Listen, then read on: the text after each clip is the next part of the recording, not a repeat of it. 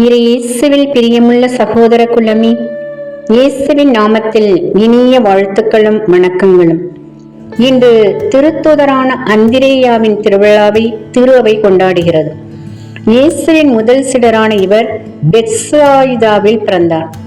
இவர் பேதுருவின் சகோதரர் மற்றும் மீன்பிடி தொழில் செய்தவர். இயேசு இவரை தன்னுடைய சீடராக இருக்க அழைத்த போது உடனே தன் தொழிலை விட்டுவிட்டு இயேசுவை பின்பற்றினார். இயேசுவின் சீடராயிருந்து இனி அவர் செய்ய வேண்டிய பணி மீன் பிடிப்பது அல்ல, மாறாக மனிதர்களை பிடிப்பது என்பதை ஏற்றுக்கொண்டார். மனிதர்களை பிடிப்பது என்பது அவ்வளவு எளிதான பணி அல்ல. ஏதாவது மக்கள் விரும்புவதை கொடுத்துத்தான் அவர்களை பிடிக்க முடியும்.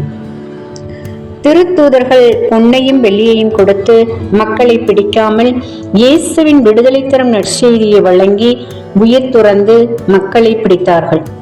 மேலும் சாட்சிய வாழ்வு இல்லாமல் வெறும் நற்செய்தி பறைசாற்றலை வைத்து மக்களை பிடிக்க முடியாது. மறு கிறிஸ்துவாக வாழ்ந்து நற்செய்தியை அறிவித்தால்தான் மக்களை பிடிக்க முடியும். எனவேதான் அவர்களின் பாதங்கள் மிக அழகாக உள்ளன என இறைவாக்கினர் எசாயாவின் வார்த்தைகள் 53:1 இயேசு அழைத்த சீடர்களின் பணியில் நிறைவேறுகின்றன. ஆண்டவரின் வார்த்தையை மிக துணிவாக அறிவித்து வந்த இவர் நீரோ அரசனின் ஆட்சி காலத்தில் எக்ஸ் வடிவ சிலுவையில் அறையப்பட்டு படுகொலை செய்யப்படுகிறார். இவர் கொல்லப்படும் முன்னர் 2 நாட்கள் தொடர்ந்து நற்செய்தி அறிவித்து வந்தார். தூய அந்திரேயாவின் ஆழ்ந்த நம்பிக்கையும் அவருடைய துணிவும் நமக்கு விசுவாச வாழ்வில் பற்றுறுதியை தருவதாக.